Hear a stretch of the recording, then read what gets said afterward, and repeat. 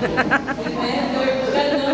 So wala pa naman. So it's our first week of the year. So dapat po natin ipagpasalamat po sa Panginoon. Amen po ba? Amen. Amen. So, first week of the year, and dapat na-assign. Thank you po, Pastor Marlene, for your, po ba siya? Sa kanya pong understanding. So, yon. Parang bago, parang iba talaga magtuturo ka, iba magpapakanta ka. Tama po ba si Sister Bitch, si Ate Blessing? Iba yung ginig sa likod ng pulpitong ito pag mag-lead ka ng worship. Iba din yung ginig at kaba pag mag-share ka ng salita ng Panginoon. It's the same service to God, but different ng preparation. No? So yan. Before we start, gusto ko lang po i-share yung title po natin for this night. No?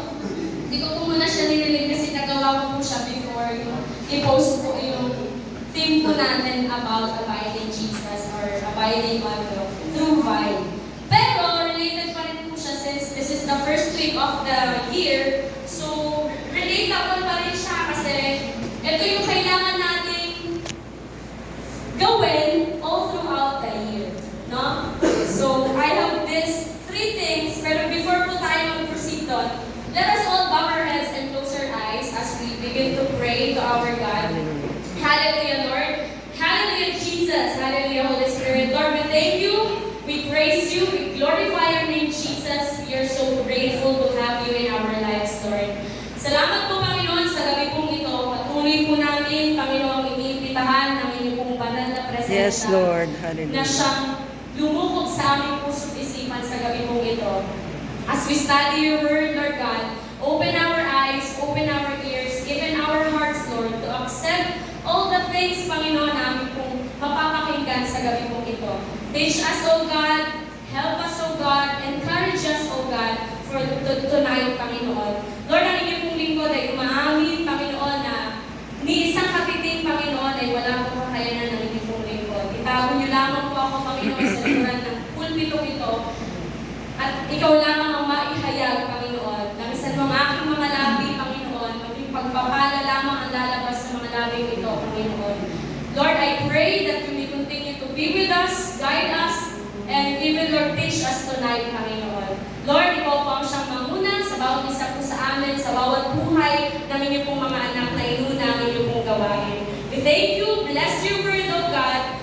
Bless your people, Panginoon, na siyang nakikinig ng inyong pong salita. Sa ilalim ng aming mga panalangin, ng inyong pong banal at makapangyarihan. This is our prayer. In Jesus' name, Amen. Amen. Sige po palakpakan po natin ang ating Panginoon. Amen. So, this first week of the year, ang gusto kong i-share sa inyo is this very important thing na dapat po natin gawin all throughout the year. So, the title po ng pag-aaralan po natin for tonight is, this year we will start with a grateful heart.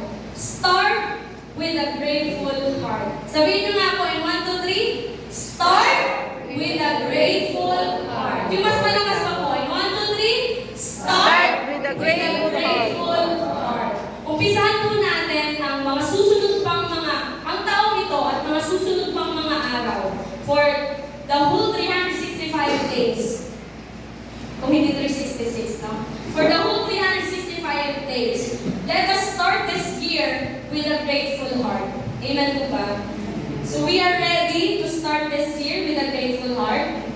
Amen. So, just want to share with you, mamaya kung may share po ako sa inyo isang scenario sa Biblia, but gusto ko lang po i-share ito sa inyong verse na ito. Verse for tonight. Sabi po sa 1 Thessalonians 5, verse 16 to 18. Sabi po dito, always be joyful. Never stop praying. Be thankful in all circumstances. For this is God's will for you who belong to Christ Jesus. So verse 16 po, ulitin ko lang. Verse 16, Always be joyful. In all circumstances, sabi po ng pinasa po natin, always be joyful. For the whole year, ano man ang mangyari, sabi mo sa katabi mo, always be joyful. 17, never stop praying. For the whole year, for the next 350, hindi ko na alam, no? So magsusunod pa hanggang sa December 31, never stop praying what the verse 17 says. Ano man ang sitwasyon, maging maganda man yan, o hindi maging maganda, never stop praying. Sabi mo sa katabi mo, never stop praying. Always be joyful. Ito naman yung medyo mabigat na sa verse 18. Sabi dito, be thankful in all circumstances. Kaya po ba natin yun? Amen. Ako hindi na lang yung amen. Why? Sabi po kasi sa verse 18, be thankful in all circumstances. Paano naman sabi dito all? Hindi naman for that specific circumstance, for that isang situation in our life. Sabi dito all. Lahat daw po ng mararanasan natin for the whole year 2025, be thankful daw po. So paano naman yun kung hindi magandang bagay? Na hindi naman dapat pasalamatan. Kailangan pa rin magpasalamat. Amen. Amen, no? Sabi dito, be thankful in all circumstances, for this is God's will for you. Yung 4, palitan natin ng because. Be thankful in all circumstances because this is God's will for you. Lahat daw po ng circumstances na papasok o mangyayari sa buhay natin for the whole year 2025, this is God's will for us. If we are truly connected to the vine, connected to the true vine, no, which is our theme, no? This is God's will for us. Kung tayo daw po ay connected. Paano naman yung mga bagay na ginagawa natin na feeling mo hindi naman pala God's will? So, ibig sabihin, we are not connected. The branch are not connected to the true vine. Yun po ibig sabihin.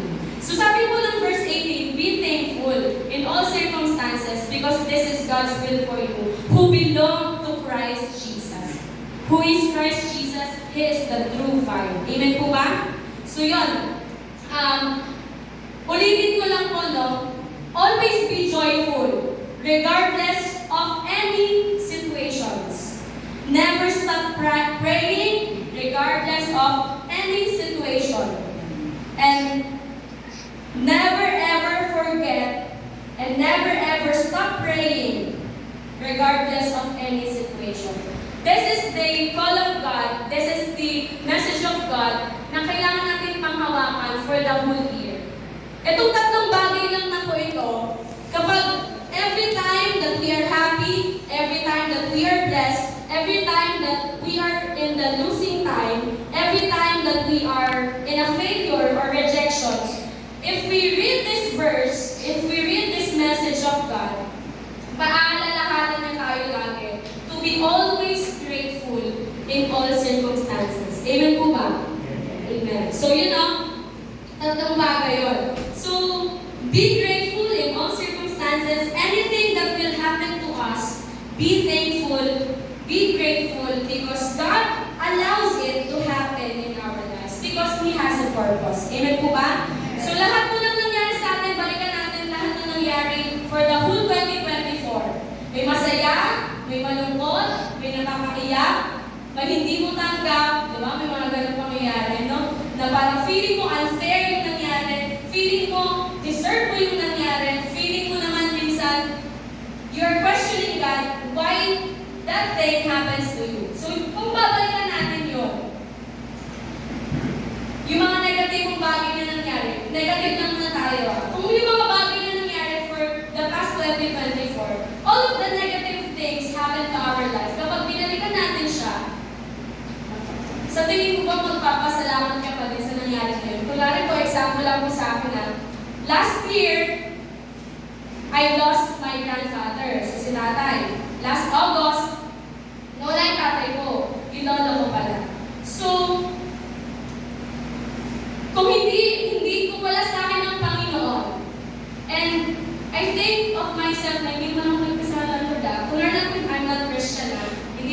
tayo, kung ibang tao tayo. So, for example lang, hindi ako Kristiyano noon at nangyari yung bagay na yun. Tapos nag-review pa ako, during namatay yung lolo ko, nasa review stage pa ako na. Iisipin ko na, that's unfair. Diba kasi bakit naman ang bilis kunin? So kahit naman sa reputation, pwede mo pa naman i-extend, no? Pwede ko i-question yun sa Panginoon. But because I am with the vine, I am with the true vine, the Lord touched my heart that it happens because it has a purpose. Amen? So kung babalikan mo yung negative bagay yun, ayaw mo harapin yung 2025 na with a grateful heart. Kasi I will expect that this 2025 baka mangyari ulit yun sa akin. So because we are in the true vine, yung branch ng Panginoon, no? Yung branch ng vine na yun, kung wala tayo sa Panginoon, we are not abiding God, we will be lost. Alam niyo po yun, maaari tayong mawala, maaari tayong mawala doon sa linya na kung saan gusto sa atin ng Panginoon. So why I am sharing to you that we need to start this year with a grateful heart. Kasi alam natin, i-expect na po na hindi sa buong taon magandang bagay ang mangyayari sa atin. Amen po? So, I am sharing this to you na let's start this year with a grateful heart. Kasi, sinabi niya ng Panginoon, we've been there, no? Alam niyo po yun, nangyari na sa atin ng 2020, 2021, 2022, simula nung pinanganan tayo, maraming bagay na nangyari sa atin that we are not expecting, no? So, bakit gusto ko i-share na kailangan lang natin magkaroon ng grateful heart every time, every day, every moment of our lives? It is because tayo din po yung matatalo. Ano ibig sabihin ng matatalo? If we are not grateful for the small thing, ang gusto lang natin, doon lang tayo magiging grateful sa malalaking bagay. We are not grateful on that small thing na pinagkalog sa iyo ng Panginoon. Alam niyo yun, parang ang taas ng tingin mo sa sarili mo. Kasi you expect ay, dapat naman talaga akong, at ano yung sinasabi kong small things na yun? Hindi natin laging napapansin. Lord, I am grateful because I have my hands, yung kompleto yung kamay ko. Lord, thank you because humihinga ako ngayon. No, yung hindi natin madalas na pinagpapasalamat, dapat natin ipagpasalamat. Alam niyo po yun? May merit po. No? Like for example, may nakita tayong maliit, which is may dwarfism. Pag nakita mo lang, doon ka lang magpapasalamat, Lord, thank you kasi dahil nakapulay.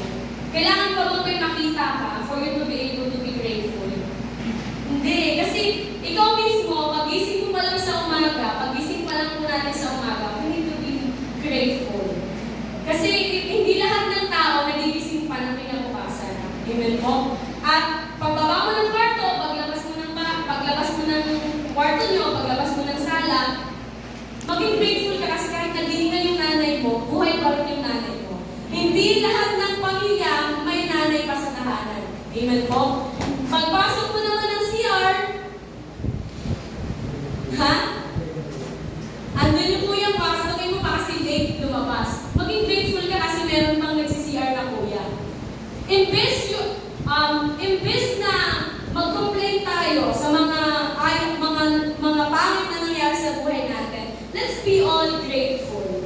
Kasi, ninanakaw ng kaaway yung peace, yung joy sa heart mo once you're complaining. Amen po ba? Ay, lang pera ko ngayon sa daan. Sa totoo lang po, I just want to share. Yung bag ko po ngayon, nagtatrabaho ako, di ba? May 200 na lang siya. Nung nakita ko pag-alis ko kasi, galing po ako ng review center. Share ko lang po, galing po ako sa victory party ng CBRC. So, pag-check ko, ay may umpagan kami kasi may pagkain. Sabi ko, Lord, 200 lang ito. Pero may savings naman po. Pero yung mismong hawak ko, 200 lang. Sabi ko, parang nagtatrabaho ko, pero bakit, ba't parang, hindi, ba't gano'n lang naman ang wallet ko? And, sinef agad ng Lord yung utak ko Sabi niya, yan ka na naman At least nga may 200 ka Napatingin po ako doon sa marker. Yung Barker, sakto, inabutan siya ng 10 piso ata, I think, ng driver. Ayun ka, kontento na sa 10-10, di ba? Mas mataas pa yung sinasahod ko kaya sa Barker. Pero tingnan mo yung tsura ng Barker na nung inabot sa kanya ng driver yun. No? Iba eh. Iba yung level ng kasiyahan. May nabasa po ako sa Facebook, sabi ni Tony Fowler, wag po tayong maghihipo, ito, ganyan. Kasi nga daw, ang tao, masaya yan pag maraming pera. Diba? Sabi ni Tony yun. Sabi ni Tony Fowler na flower na something. And I rebuke it sa isip ko. Sabi ko, hindi lang pera makakapagpasaya sa tao. Maybe sa kanya, because she is in the world. Pero tayo ng mga Kristiyano, hindi tayo iikot sa pera. Iikot tayo sa pagmamahal at grasya ng Panginoon. Amen po? So, nung parang syempre may yung low-key complaining. Alam niyo po yung word na low-key sa mga millennial. Medyo malamala. Low-key complaining yun eh. So, ang napasabi ko na lang, Lord, thank you kasi may 200 pa ako. So, let's take that negative mindset, negative things or thoughts na naisip mo. Kasi hindi natin maiwasan eh. Mag-complain, magreklamo, mag-doubt. Pero, huwag natin nahayaan na kainin tayo ng doubt na yon, ng complaint na yon, all throughout the day. Amen po. So, let's start our day, every day, na merong grateful heart. Hindi yung title ko po, start with a grateful heart. Hindi lang siya to start the year, kundi to start the day. Amen po. Let us all apply it all throughout the day. Every day, nagbibigay sa akin ng Panginoon ng chances. Let us all not complain, but let us have a grateful heart. Amen. Amen po? So, yun. Grateful So, sa heart. nang linoto ko dito, maganda man o hindi magandang bagay yan, ipagpasalamat mo sa Panginoon. Amen. Because sabi nga ng verse 18, be thankful in all circumstances, for this is God's will for you who belong to Christ Jesus. So now, let us start the year with a grateful heart. So, I have three questions. Sabi, ang nailagay ko pong questions dito. When is the last time you thank God? Maybe kanina po, no? Nagpasalamat tayo. Kahapon, o mga nakarang araw. So, masasagot agad natin po kasi, dear Christians, likas sa atin ang ibalik ang pasasalamat sa Panginoon every time na may mga magagandang bagay sa atin. So, me po kanina, hindi na ako nabigyan ng mic kanina doon sa review center, but kung nakuha ko yung mic na yun, I will take that opportunity to first, kasi lahat po nang nag-testify doon, kung nilang pinasalamatan, CBRC. So, parang narinig ko na lahat, and na yung and na si God, na pinagpasalamatan nila. Gusto ko magtaas ng kamay, pero nag-shift na agad siya for game. So, medyo late na rin po kasi ako nakindod kanina. So, if I will be given the chance na hawakan yung microphone na yun, na ginamit ng iba't ibang mga lecturer, kasi sa CBRC po, ang lecturer dyan, hindi naman din mga Kristiyano yung iba eh. So, yung mic na yun, may nakahawak ng may nagmumura, may nakahawak ng may mga bastos, kasi kapag nag-aaral po kayo, nakalihinay talaga nila yan, himay-himay nila. So, kung binigyan po ko ng pagkakataon, ang una kong pasasalamatan at gusto kong i-share sa kanila, yung grace ng Panginoon, bakit kami nandun at nagsiselebrate ng victory party. No? Kasi hindi lahat nabigyan ng pagkakataon to pass the board exam. No? Pero kami, na binigyan ng Panginoon, dapat ang una namin pasasalamatan, hindi ang tao, hindi ang representer, maybe hindi rin ang pamilya, kundi ang Panginoon. Amen po? So, nanginayang talaga ako kanina. Siguro, sa likod ng isip ko, sorry kasi gusto ko talagang kahit a simple verse na i-share sa kanila. Kasi ang dami, halo-halo po kami doon eh. Kapag lalaki, baklatong boy, hindi kiba, Charles. Halo-halo po kami doon. So, I think meron pong 5 bakla, meron pong 10 tomboy, gano'n. So, gusto ko i-share rin sa kanila na all the credits are not belong to us. All the credits belong to Jesus. Amen po? Kasi lahat ng bagay na yun, ang Lord naman nagbigay nun sa'yo. Kaya sabihin kung nag-review ka, kung loobin ng Panginoon na maglangko ka on that day,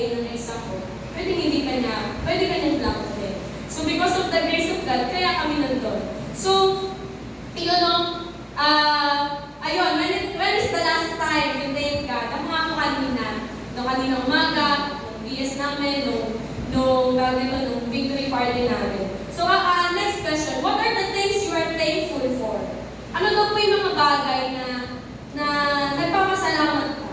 Maybe that success, maybe may bagong bahay ka, maybe buong pamilya mo, maybe maraming bagay. No, nilagay ko nga po dito eh. Ano daw yung mga highlights ng taon nyo noong 2024? So, kung sinulat ko yun, yung highlights talaga eh.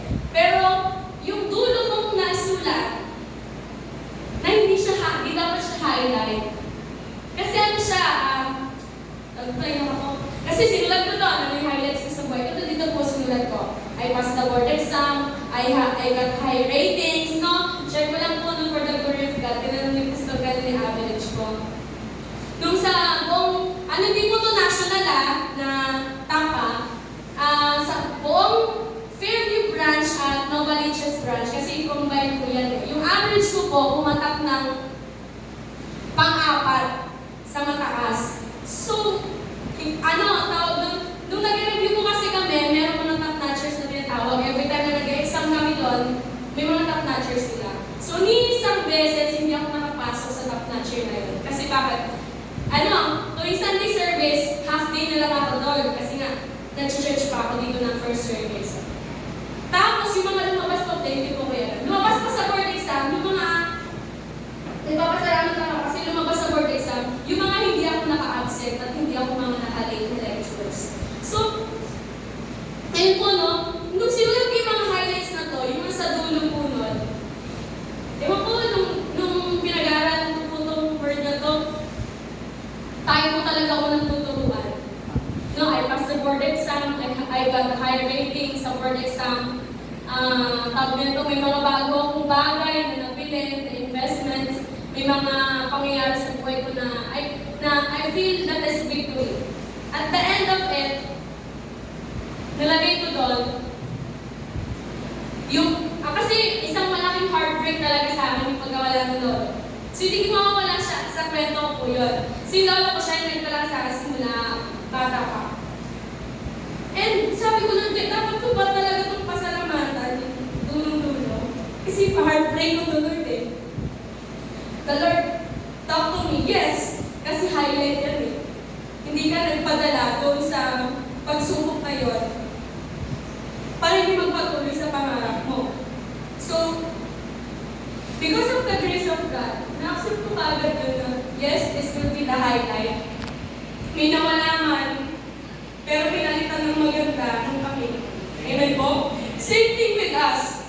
Bakit ko po sinishare na we need to be grateful for everything that will happen to us. Kasi that is God's will.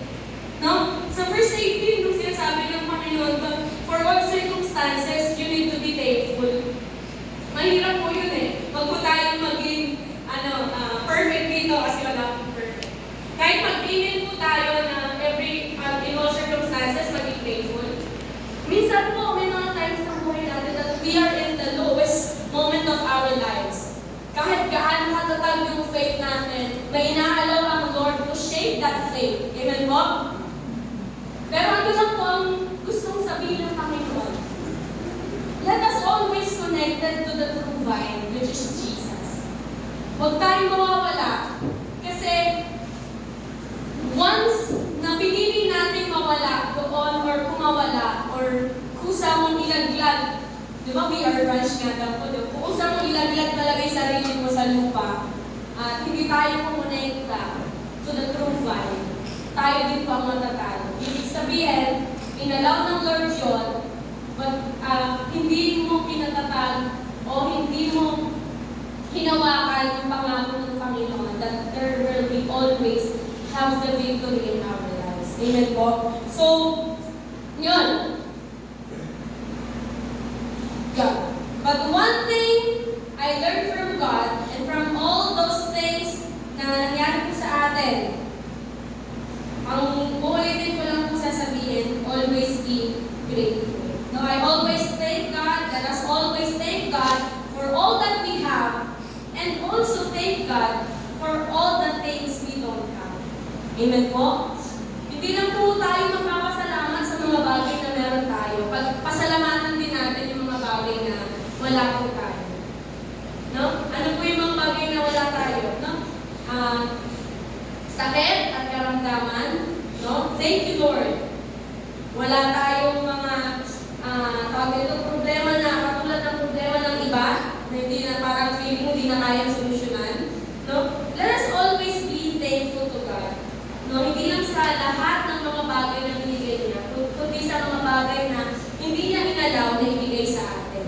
Kasi ibig sabihin lang nun, hindi yun nakakabuti sa atin at hindi yun will ng Panginoon para sa atin. Amen po? Yun. Dito din, let us also learn that failures, rejections, troubles are not just part of, we need to also to learn that failures, rejection, and troubles are just part of our victories. Amen po. Lahat daw po ng ito, failures, rejections, troubles, sa naharap po natin in 2024 at haharapin natin this 2025, is just a part of our victory. Amen po? God allows it because He is preparing you for a good fight. Amen po? Failures, rejection, and troubles are just part of our victories. God allows it because He is preparing us for a good fight and for a good future. Amen po? So yun, maliit man malaking bagay, matututo tayo makontento at ipagpasalamat ito sa Panginoon. So meron din po ako isa pang gusto i-share. Having an attitude of gratitude makes our life satisfied. Having an attitude of gratitude brings us peace in our lives. Amen po? So let us all have this attitude of gratitude. Lagi narinig natin ng mga pastor, lahat ng mga pulpit ministers natin dito, that let us all have this attitude of gratitude. Kasi kapag meron tayo nito, kapayapaan ang makukuha natin dito. So yan. Nag-search po ako ng story in the Bible. Kasi gusto ko talaga siya pasukan ng story. Yung story po na ibigay sa atin ng Panginoon is this 10 healed of leprosy. Ito pong 10 may kero na pinagaling ng Panginoon. Let me allow me to read this. Luke 17. Kung meron po kayong Bible, no? We encourage you po, si Pastor po, encourage tayo. Bring our Bible every time na lalabas na tayo ng bahay. So, sabi po dito, sa Luke 17, verse 11 to 19.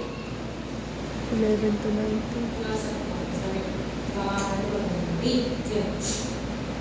As Jesus continued toward Jerusalem, He reached the border between Galilee and Samaria. As He entered a village there, 10 lepers, ketongin daw, ang tumayo sa malayong lugar. 10 lepers stood at a distance, crying out, iyak daw yung 10 ketongin na to, Jesus, Master, have mercy on us. He looked at them and said, Go show yourselves to the priest. Sabi ng Panginoon, naka-red highlight ko dito eh. Ang ganda ko nung Bible ko na ito. Kasi sabi nga po ni Pastor, lahat daw po ng mga naka-red highlights dito ay si Jesus daw po ang nagsasalita. So sabi dito ni Jesus, Go show yourselves to the priest. And as they went, they were cleansed of their leprosy. Dami po yun, ang bilis no, nagagalingan. One of them, when he saw that he was healed, came back to Jesus, shouting, Praise God! Ito ba po yung ginawa niya? He fell to the ground at Jesus' feet, thanking Him for what He had done. This man was a Samaritan. Jesus asked, Didn't I heal 10 men? Tinanong po ng Panginoon, di ba 10 yung pinagaling ko? Ilan po yung bumalik at nagpasalamat? Isa. Isa lang. Where are the other 9? Sabi ni Jesus. Has no one returned to give glory to God foreigners, except the Samaritan, no? And Jesus said to the man, stand up and go. Your faith has healed you. No, glory to God po sa pagkakabasa ng kanyang pong salita.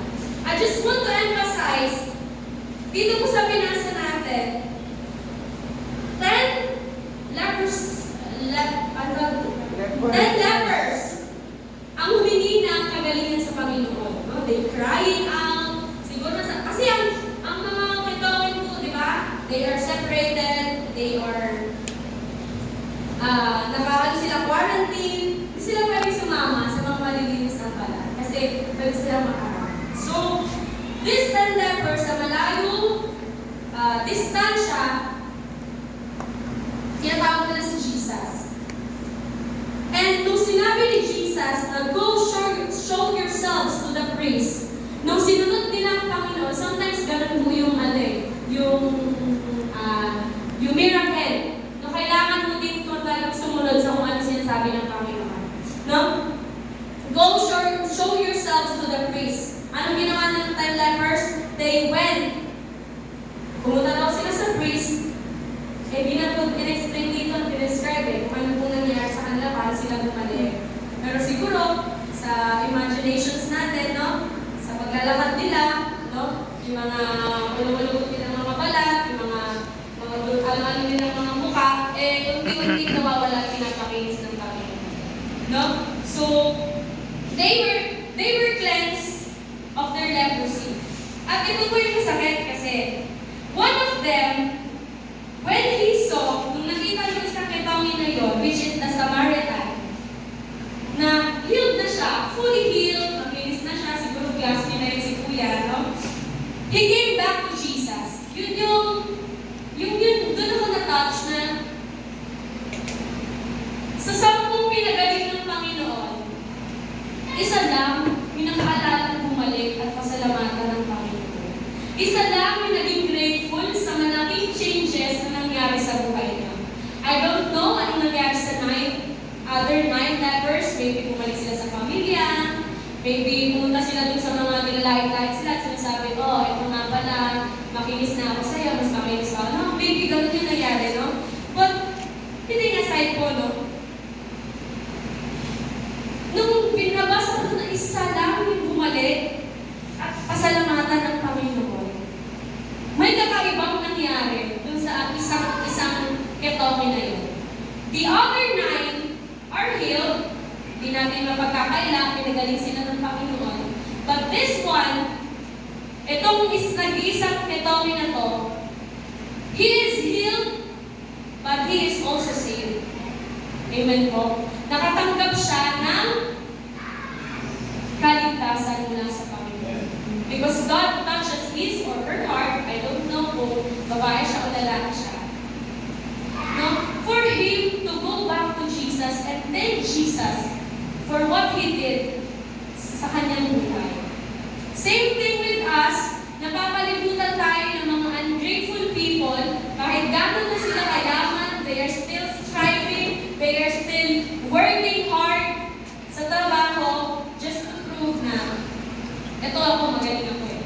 So napapalibutan tayo ng gano'n. Paglabas natin sa church na to, sa trabaho natin, sa negosyo, sa mga kaibigan, sa mga katrabaho, sa mga kaklase, no? May mga gano'n tayo nakakasalaputa. But be the one, katulad ng isang kitawin na to, na nakaranas ng kagalingan, pagpapala, at pagbabago mula sa Panginoon. Be that one. Nasa gitna tayo ng mga ganong tao, the other 9 lepers, tayo nag-iisa, tayo na po yung bumalik sa Panginoon at laging pasalamatan ng Panginoon. Ano man ang ginawa o nagawa sa ating Panginoon. Be that one leper na bumalik sa Panginoong Jesus at nagpasalamat. Ang ganda lang kasi ang sinabi pa dito, he fell to the ground at Jesus' feet. Ibig sabihin, if Jesus standing here, no, nagpakandaan pa siya. No, siguro pinabaw niya yung paa ni Jesus, kinis niya pa yung paa ni Jesus, no? Sa sobrang grateful niya sa nangyari sa kanyang buhay. Same thing with us. Jesus saved us from death, from hell.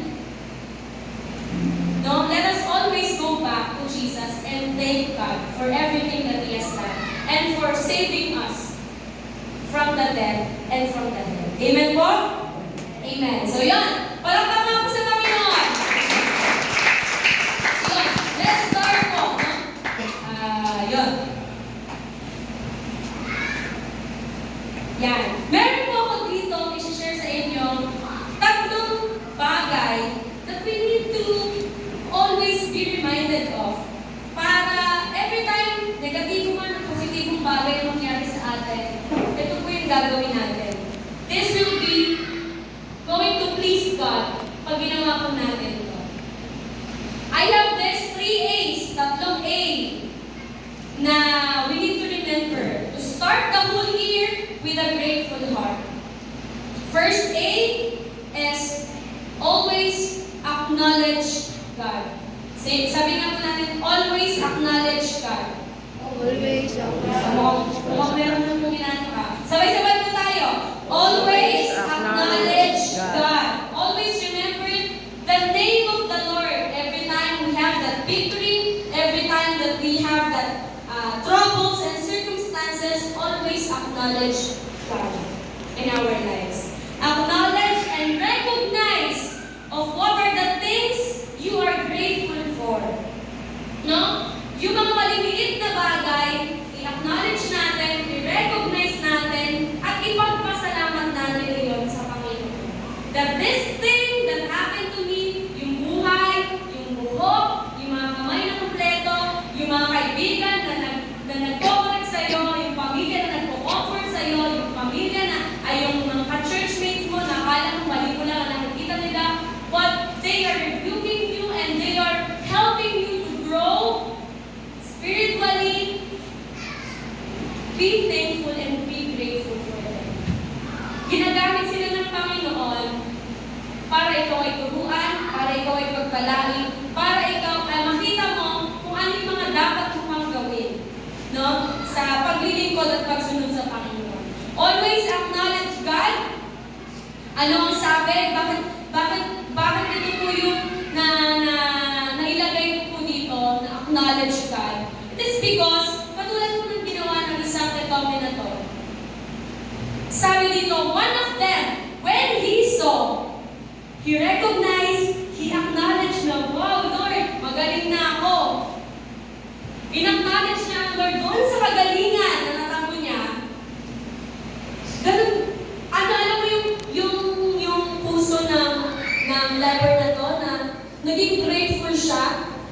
Kasi minsan po tayo, di ba, palasama tayo, ay, sige, diretso na tayo. Kunwari, nasa grupo po tayo.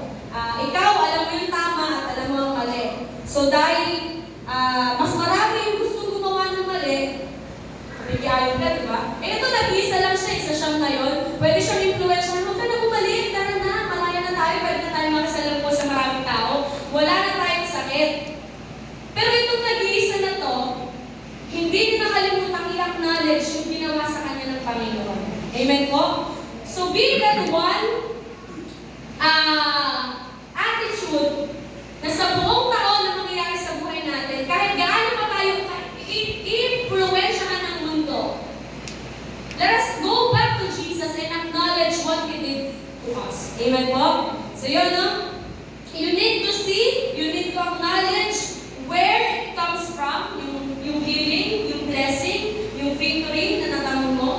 Realize that God made you perfect in His sight. No, katulad ng ginawa niyo sa leper, no? Ang dumi nun eh. Hindi siya pwede makasama sa iba eh. Pero dahil sa they are crying out to Jesus and asking God to heal them, pinagaling sila ng Panginoon. No? Let us all train our minds and ourselves to see the good things sa ating mga buhay. Amen po? I-train natin yung utak natin, yung puso natin na stop complaining. Kasi pansinin niyo po sa umaga, kapag gising mo, pinamamahan ka ng nanay mo, negatibo agad eh, no? Aga-aga na itong mama ko na itong ingay na, ano ba? Gusto ko matulog. Pinaghugas na ako. Ano ba itong asawa ko na ito? pag dinipray pa ako ng kape, antok na pa ako, gano'n, no? No, imbis na mag-complain ka, kasi, negatibo agad yung pagpasok sa'yo. Mga naman naman, hindi negatibo, no? Imbis na mag-complain tayo, let us thank God, kasi meron pang nagbubunga nga po sa atin, na nanay, na tatay, may kumukulit pa sa yung mga anak. No? Let us always acknowledge their presence. No? Let us always acknowledge na kahit ganun sila, thank you Lord, kasi may gumaganon pa rin sa akin, no? Yung mga churchmate natin, si ganyan.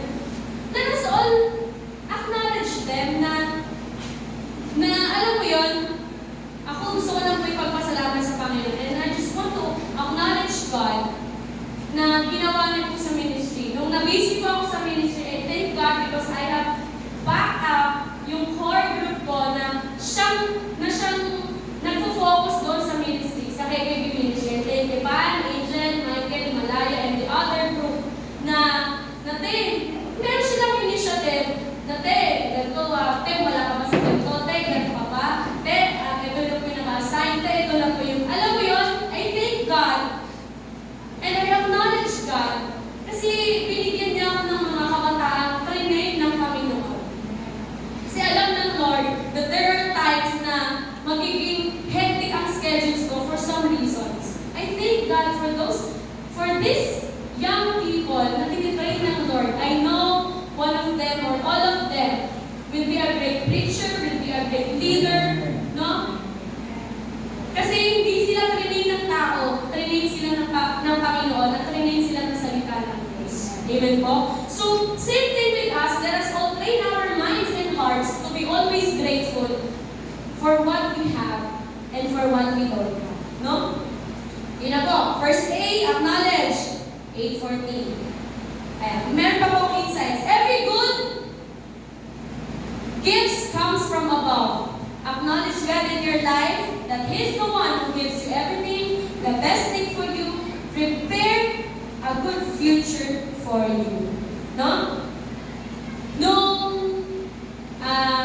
Siyempre, gusto ko lang po i-take ang opportunity na to. To thank all of you, gusto ko lang pong i-recognize kayo kasi naging parte po kayo ng victory na natanggap ko. For all of your prayers, nung nag-exam po ako, hindi po ako nakapagsabi kay Pastor mag-exam ako. I don't know sino po nakapagsabi sa kanya. Pero pag uwi ko po, ang sabi niya sa kanya natin, siya pinag-pray ka namin during service. And I think during service or after service, but I thank God for all of your prayers.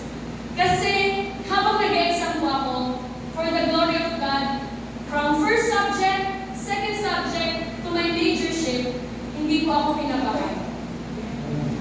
And sobrang kinakabahan ako doon. Alam mo yun, sa isip ko kinakabahan ako pero hindi ko nararamdaman. Kinakabahan ako kasi hindi ako kinakabahan. Natatakot ako pala kasi hindi ako kinakabahan. And that is one of my prayers na I know that is also your prayer while you are praying for me nung September 29 na hindi ako mablangko, hindi ako kabahan, na pumasok lahat sa isip ko lahat ng napag-aralan po namin. And that happens because of the glory and the grace of God. No? Ang weakness ko po talaga ang written exam. Pwede nyo pagsalantay sa maraming tao, wag lang talaga written exam. Yun talaga weakness ko simula yung nag-aaral pa. And that weakness turns into my strength. Sino po yung nag-strength doon? Ang Panginoon. Same thing with us. Let us always abide in God. That weakness, offer it to God, and God will give to you that weakness, turns into strength. Gagawin po ng Panginoon yung weakness mo, gagawin niya magiging kalakasan niya. No? Let us always have this attitude of gratitude. Maging mapagpasalamat lang tayo. Di ba? Yung mga nakarampas ko, nagbigay sa'yo, kapag ito ikaw yung nagbigay, gusto mo pasalamatan ka. Amen po ba? Nung ikaw naman ang binigyan, syempre, ikaw naman, magpasalamat ka.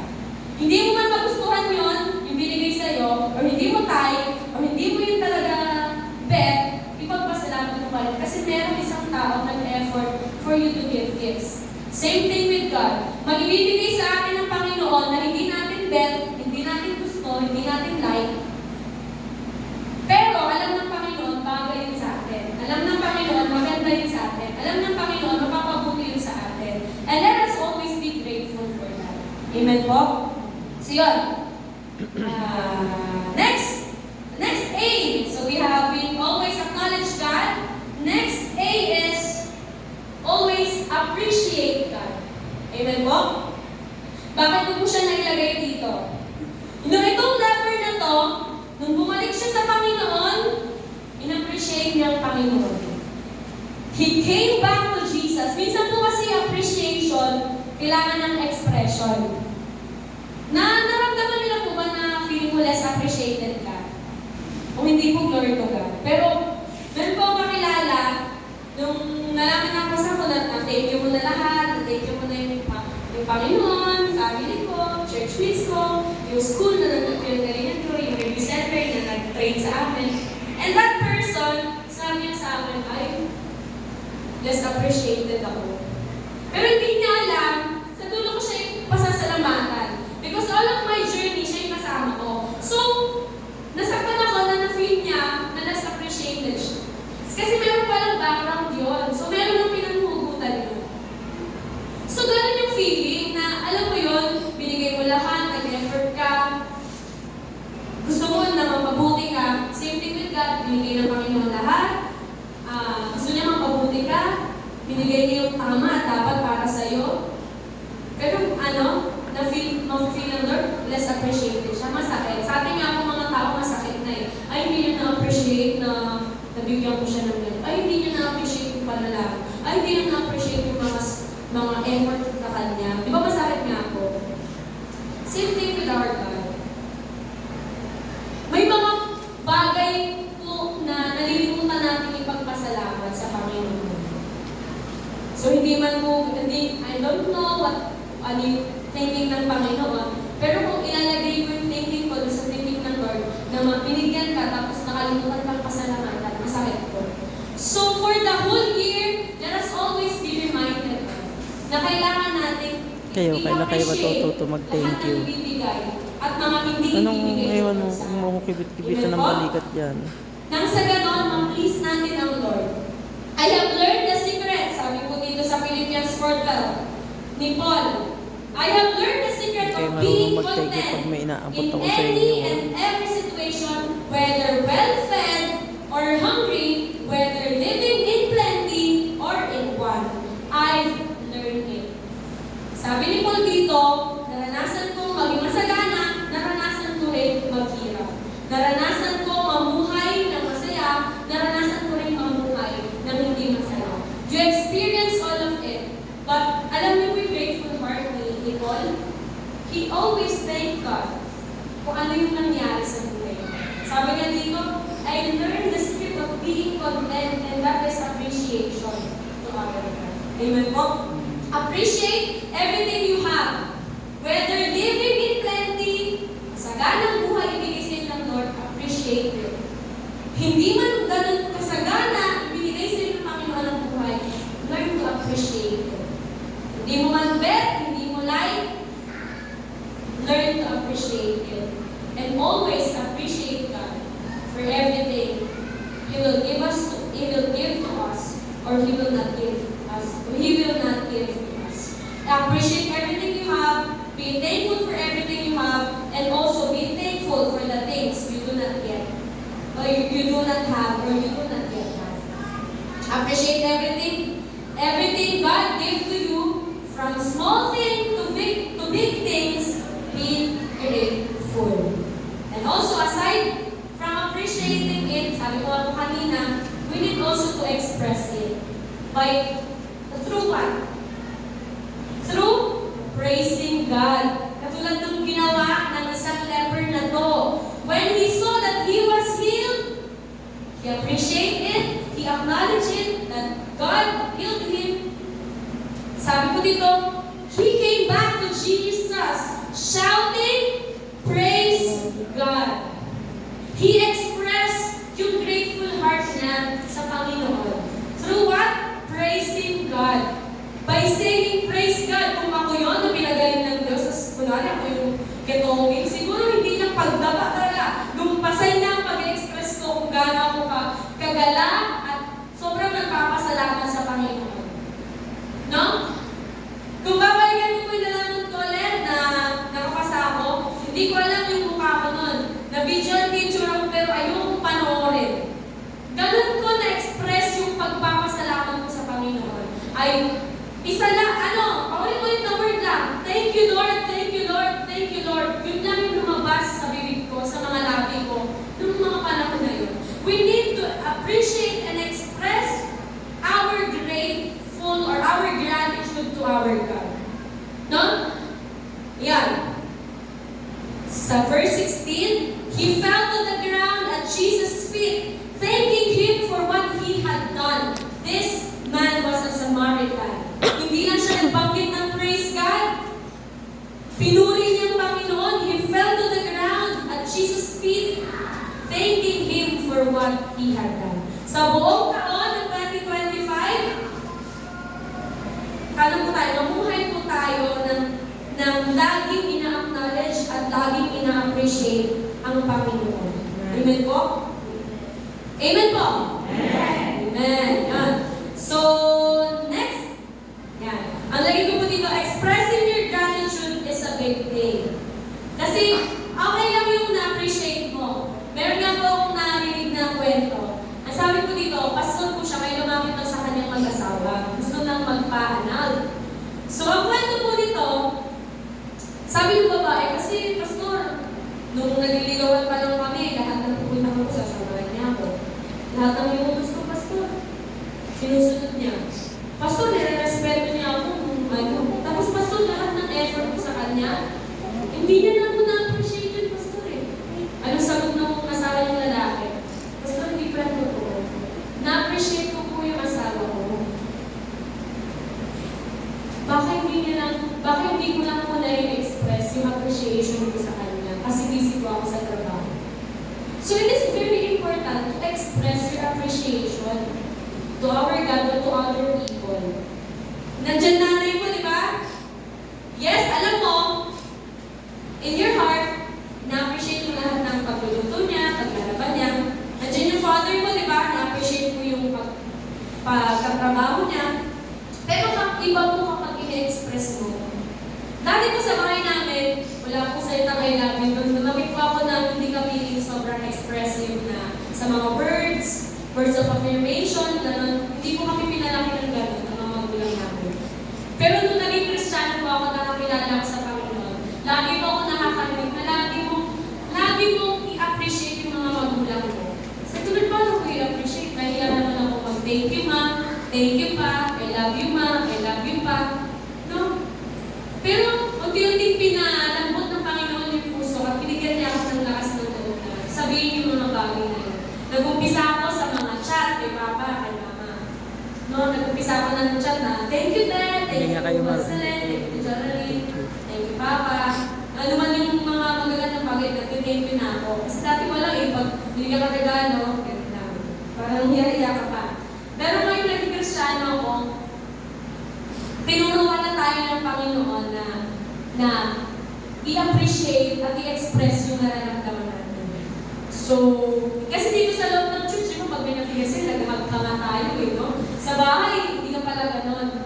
So, dalhin mo sa bahay kung ano yung tinuturo sa'yo sa church, kung ano yung ginagawa sa'yo sa church.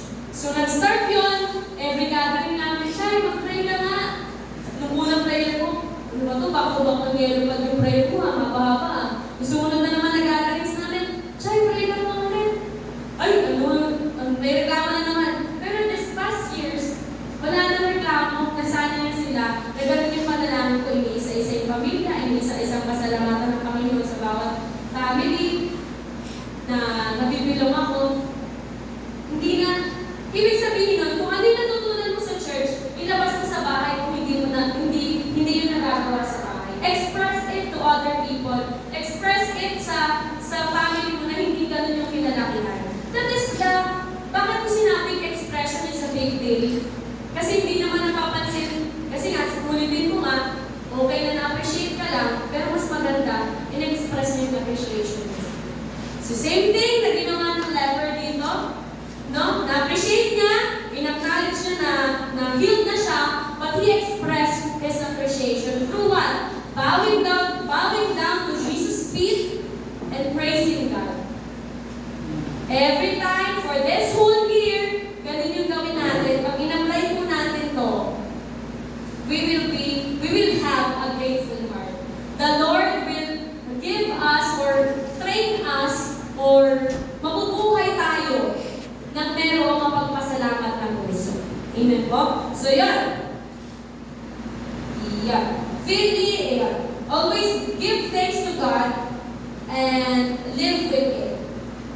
Last na po. So una po, acknowledge God. Always acknowledge God. Always appreciate God through expressing. And pangatlo pong A is sa buong taon na ito, let's start our day, our year with a grateful heart through this, through adore God. Ano ibig sabihin ng adore? Purihin, adoration, bigyan mo ng papuri ang Panginoon. Katulad ng ginawa ng leper na to. Praise God! He bowed down to Jesus, baka nga, he worshiped Jesus on that time. So, to have a grateful heart, lagi na, hindi huwag mawawala sa ating mga buhay na lagi i-adore ang Panginoon. Lagi magbigay ng adoration sa ating Panginoon. Let us always give glory to our God for everything He has done for us. Maganda man o hindi maganda ang nangyari sa buhay, always give adoration to our God. Amen po? Gratitude doesn't stop by acknowledging, appreciating, but it ends by glorifying the Lord by giving Him adoration. Amen po? Kaya katapusan po tayo, no? Ang sabi dito, sa verse 17, di ba sa po yung pinagaling ko? Where are the other 9? Has no one returned to give glory to God except this foreigner, this Samaritan? The word glory, return to give glory, wala sa siyang na yun, ang bumalik sa Panginoon to give glory to God. Ganun ka-importante sa Diyos, na maramdaman ng Diyos, makita ng Diyos, na sa lahat ng bagay na ginawa niya, nagbalik ka ng adoration sa Kanya, ng papuri.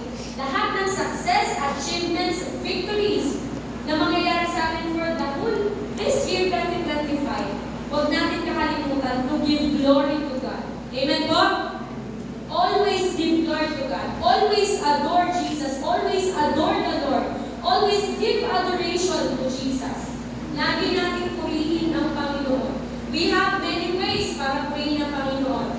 Attend ka Bible study, you can glorify God. Attend ka ng Sunday service, you can glorify God. Makinig ka sa cellphone, sa YouTube ng mga teachings, you can glorify God. No? Mag-worship ka sa sarili mo, kahit hindi kagandahan ng boses, you can glorify God. Hindi tumitingin ang Panginoon sa ganda ng boses. Minsan nga, kung sino magandang boses sila, walang time na magbigay ng adoration sa Lord. No?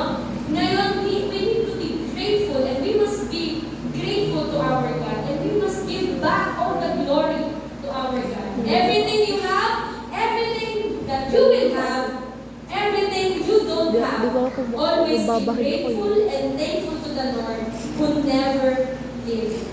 Amen po? Hindi tayo iwan ng Panginoon. Tulad ng ginawa niya dito, and lepers asked Jesus to heal them, pinagaling ng Panginoon, pero isa lang ang bumalik. Isa lang ang naging faithful. Be that one leper. Hindi ko sabihin, be that one na magkaroon ng leper. No, in Jesus' name. Be that one kind of leper, the attitude of leper, na naging grateful sa ginawang kamanghamangang bagay sa kanya ng Panginoon. Bring back all the glory to God. These 3 A's, kung lagi natin itong sasabuhay at lagi natin itong gagawin, to always acknowledge God, to always appreciate what God did, and to always adore God and give all the glory to God. Pag ito sa isang buong taon, magiging magaan ang buhay, magiging magaan ang thinking natin at pag-take natin sa buhay kapag ito yung ginawa natin. Yung magkaroon ng grateful heart, anong bagay ang mangyayari po sa atin at mangyayari pa sa atin. Sabi ko dito dito, hindi man umayon ang mundo sa mga nais natin. Hindi always be thankful because we know that we have God. We have the true vine who will strengthen us. We have the true vine who will help us. We have the true vine who will help us to be more fruitful for this year 2020. Amen. Amen po? Sa conclusion, hindi mo palakpakan po natin ang ating pong Panginoon. Sa conclusion po, let us always be reminded of these three things. Acknowledge, appreciate, and adore. These are the things we need to remember every day of our lives. Not just tonight, but every day of our lives for the whole 2025. In good days or in bad days, if we remain grateful to God, He will always be faithful to us. Amen po. Palakpakan niya po natin ang Panginoon. Can we appreciate and express our appreciation and gratitude to our God by shouting, "Thank you, Lord." Sabay-sabay nga tayo. 1, 2, 3! Thank you, Lord! Parang may mas lalakas pa yun. No? For the last time, in 1, 2, 3! Thank you, Lord! Ating palakpakan ang ating pong Panginoon. Praise God. Thank you, Lord. Hallelujah. Let us bow our heads and close our eyes as we once again thanking God for everything that He has done for us. For not leaving us for the whole 2025. Let us all pray for the whole 2020, for this year 2025, the Lord will never leave us again. Hindi na tayo kailanman iiwan, katulad ng ginawa niya sa atin ng 2024. Hallelujah. Lord, we thank you. We praise you. We are so grateful to have you. We are so thankful for everything you have done for us. Lord Jesus, punong-puno ang aming mga puso ng pasasalamat sapagkat sa araw pong ito, sa gabi pong ito, Panginoon, ni-remind niyo po kami that we need to start our day, not this year, but our day, our everyday, Panginoon Jesus, to have a grateful heart, Lord.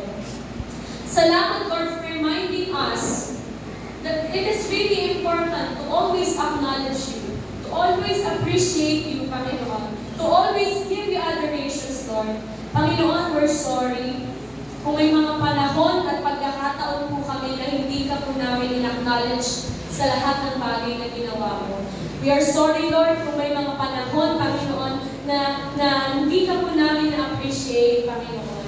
Lord, we are sorry, Lord, kung may mga panahon, Panginoon, na hindi ka po namin na ibalik sa iyo, Panginoon, lahat ng adorations and lahat ng glory sa iyo at hindi ka po nag-glorify sa lahat ng mga nagawa namin. Lord, we're sorry. We're very sorry, Panginoon. And Lord, right now, this whole 2025, teach us, Lord, help us, Lord, to have a grateful heart.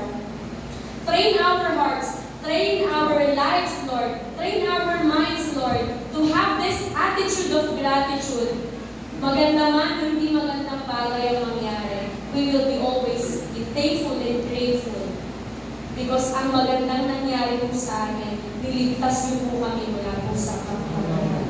Salamat po for saving us. Thank you, Lord, for saving us. Thank you for everything that we have, and thank you for everything that we don't have. Panginoon, sa mga oras po ito, patuloy niyo pong pagpalain ng inyong pong mga anak. For the whole 2025, we will take this word, Lord, na ibinigay niyo po sa amin, na we will always be grateful for everything na mangyayari po sa aming mga buhay. I pray, Lord, that you may continue to be with us. Connect, Lord. Connect mo, Panginoon, isa sa mga branches na to you, God, to our true vine. Salamat po, Panginoon.